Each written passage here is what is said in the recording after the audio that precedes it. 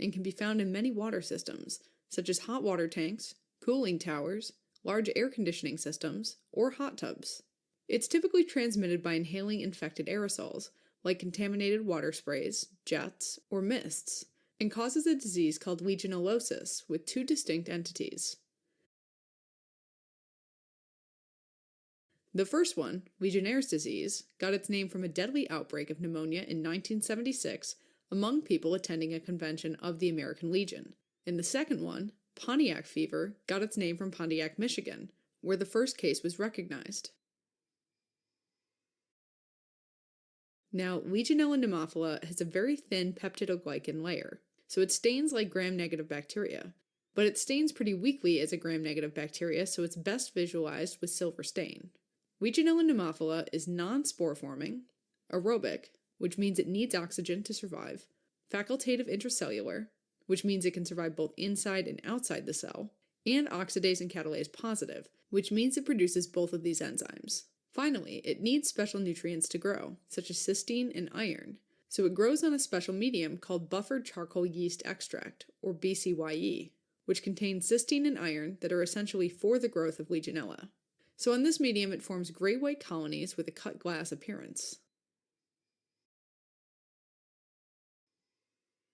Now, Legionella pneumophila can enter the body through inhalation of contaminated water droplets.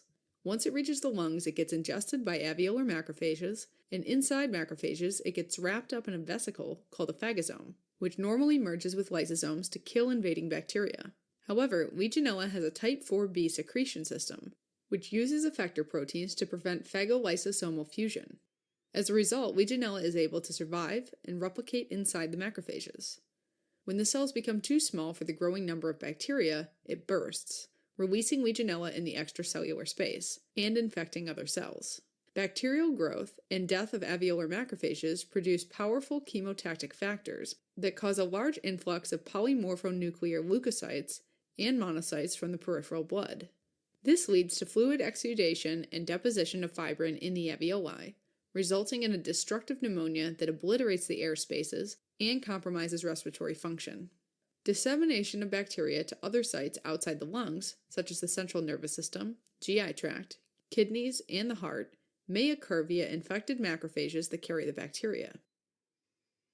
Now, Legionella pneumophila causes a disease called legionellosis, which has two distinct entities.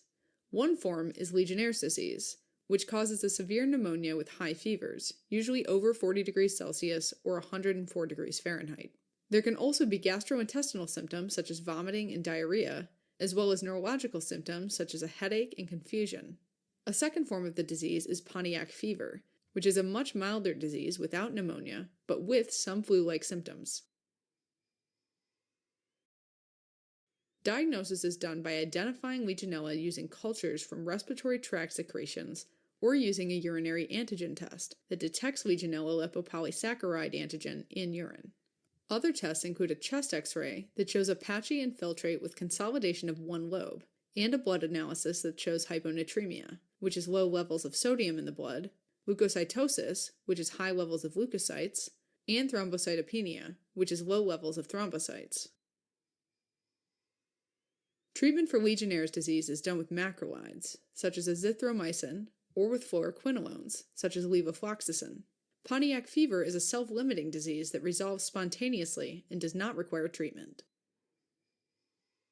Alright, as a quick recap, Legionella pneumophila is a gram-negative bacillus found in water systems. It's a non-spore-forming, aerobic, facultative intracellular catalase and oxidase-positive bacteria that is best visualized with silver stain and grows well on BCYE agar with cytosine and iron into gray-white colonies with a cut glass appearance. It has the ability to stop phagolysosomal fusion and survive and replicate inside alveolar macrophages. It causes a disease called legionellosis with two distinct entities, Legionnaires' disease and Pontiac fever. It's diagnosed by identifying Legionella in a culture from respiratory tract secretions and using a urinary antigen test. Legionnaires' disease is treated with macrolides and fluoroquinolones, and Pontiac fever resolves spontaneously and does not require treatment.